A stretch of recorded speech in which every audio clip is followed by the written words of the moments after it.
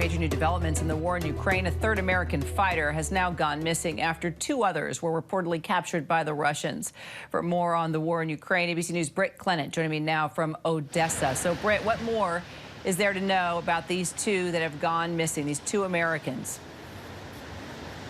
Alexander Druki and Andy Wynn, that's right. Well, we haven't heard a lot from the Ukrainian side. Details have been scant, but we do know from ABC speaking to the families of these two men that they last heard from them on June 8th. So that's more than a week that there has been no information from them. And we also heard from President Biden today saying that he has been briefed on these two men. We know there is one still missing, but we don't know whether they have been, that person has been captured yet. But Biden saying that he doesn't know where they are. All we know so far is that they were volunteering on the Ukrainian side to fight in the east.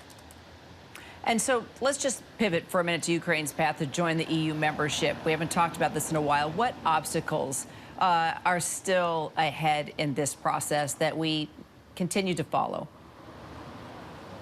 Right. Well, EU chief Ursula von der Leyen has said, that she respects the European aspirations to join the European dream from the Ukrainian side. She says that Ukraine has risked their lives for those aspirations. But joining the EU, that is a lengthy process, and it will require some reforms from the Ukrainian side.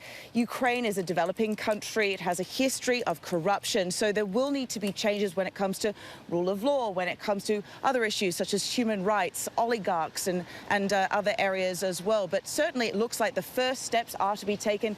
We heard from the European Commission that it does look like they're heading in that direction. But again, even President Zelensky yesterday in a press conference with the EU leaders, he said that he understands that it's not just a single step, that it is a journey. And he reiterated that he knows that the EU, most countries in the EU, does support the entry of Ukraine into that bloc.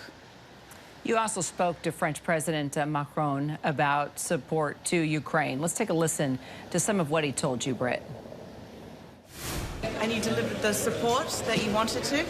Definitely. From a military point of view, from a financial point of view, and I would say a political point of view with the candidate status. Okay, and do you feel bad for the comments you've made before about Not at all. Russia, humiliating Russia? No, I think it's very important, first of all, to help Ukraine to win. This is what we do from day one.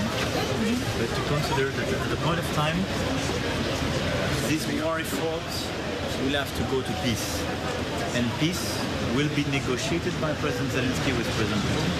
And those who are saying we have just to destroy Russia don't think about the peace which will require this peace. And I think a lot of people have made a lot of confusion, not more than that when I met this stuff, but I totally endorse. Sorry. It just has to be explained. Can you go back to right do you think? So Macron, they're very much doubling down on this insistence, this emphasis on negotiations, his insurance against Russian humiliation. That didn't go down well here in Ukraine. He is less popular than, say, Prime Minister Boris Johnson, who made a surprise second visit to Ukraine today. So certainly there is a difference there when it comes to Macron's popularity versus Boris Johnson, who is visiting today and has made assurances and approached Zelensky, suggesting some UK military training in that regard as well. All right, Britt Clennett from Ukraine for us. Britt, thanks.